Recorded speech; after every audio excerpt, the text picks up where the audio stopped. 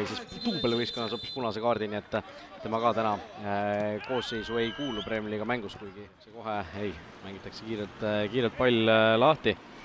Erme endiselt, Erme lööb peale ja siin Barranov saab jala vastu ja Saliste saab teise palli endale. Uuesti Rudenko jalg vastas, siit tuleb esimene nurgalöök, Järvel tundus siin küll väga kummaliselt käsi käis, aga tundus see, et Ojamaa talle sinna kontakti läks ja läheb vaatama Kristjan-Erik Lääne seda asja ise ka monitori pealt, nii et väljaku nii-öelda mängust välja ei ole see pall läinud sel hetkel. Jah, no see Ojamaa väike selline tõuge sinna selga, ei taha muidugi selles suhtes rääkida, et ma ei saanud aru, kui tugev see tõuge täpselt oli või kuidas seda tasakaalust välja lükkas. Ojamaa teda tõukab õhus tasakaalust välja, vaatame nüüd selle Saarma löögi kõigepealt ära. Saarma lööb ja Baturins võtab ära! Baturins võtab ära!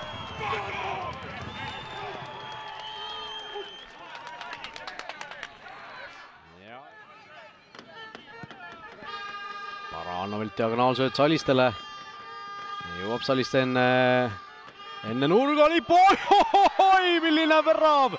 Saliste söödab, Saarma lööb otse õhust. Ja no selline selgelt, vaata, et vaese mehe Zidane meistrite liiga finaalis. Aga väga ilus värav sellest hoolimata. Juba tundus korra, et see sööt läheb natuke pikaks Salistele. Aga Saliste suutis palli mängus hoida. Ja selline lahendus Saarma. Ojamaa nüüd uuesti pakub selle sööduvarianti ka, Ojamaa leiab sealt või vabandust, Saarma üritab sealt suusat leida, suusa õnnega pooleks saab palli uuesti kätte. Ja see käiku rohkem, kui oli seal Nikita Baranovi käigukastis.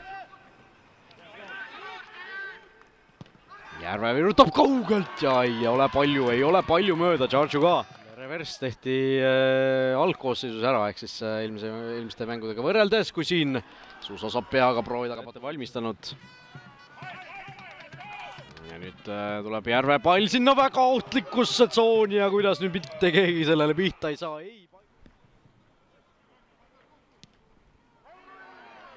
Nii, tuleb siit ka löök, natuke väravast mööda. Selline hetk tekkinud Harjul, kus see nii-öelda momentum ära kasutada. No näeme, kui mitu mängijat on seal kätte. Siis mette panemas ja tulebki Viigi värav. Ja kes muu, kui see kõige pikem mees seal väljakul on see, kes palli peaga väravasse koksab, Kaspar Laur lööb 1-1 58. minutil ja Harju taastab Viigi seisu tabloole.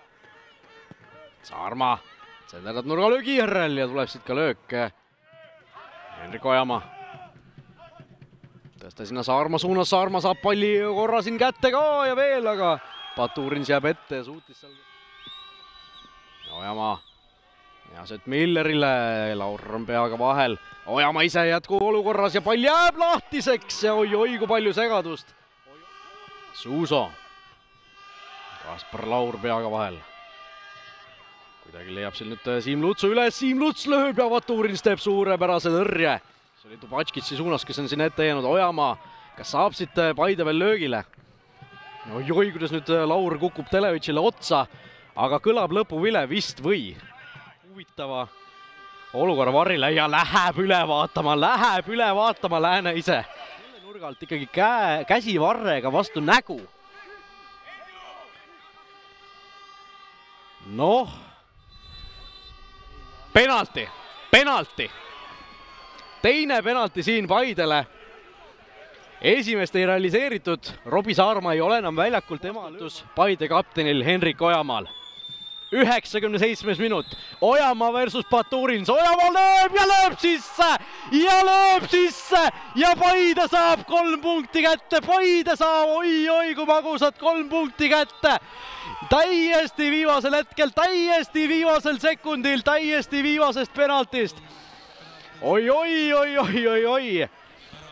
Milline draama siin Laagri kunstmuru staadionil. Paide ründaja Robbie Saarma tohutult raske, aga seda magusam 3 punkti täna. Kirjelda seda mängu natuke enda silme läbi. Noh, üsna raske kirjeldada, et ma arvan, et domineerisime.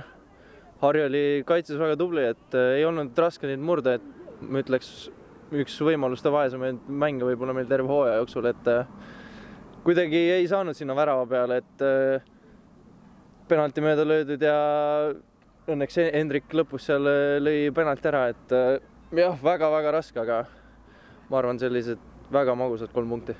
No räägime nendest penaltitest, sa rääkisid, tõid need mängu juba, mis seal esimese puhul siis nii-öelda halvasti läks, et tavaliselt öeldakse, et kõige kindlam on lüüa tugevalt ristnurka, aga seekord ei läinud niimoodi.